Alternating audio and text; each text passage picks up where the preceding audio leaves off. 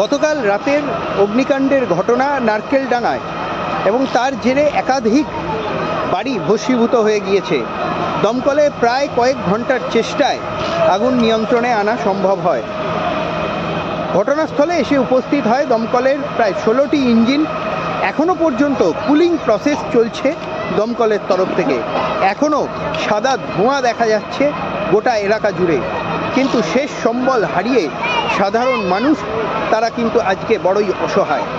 সেই অসহায়তা নিয়ে তারা তাদের শেষ সম্বল খোঁজার চেষ্টা চালিয়ে যাচ্ছে।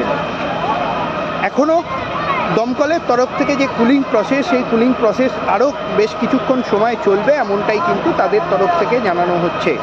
দমকল সূত্রে খবর যে কোথাও শর্ট সার্কিট হয় এবং সেই শর্ট সার্কিট থেকেই এই ভয়াবহ অগ্নিকাণ্ডের ঘটনা ঘটেছে বলেই প্রাথমিক অনুমান।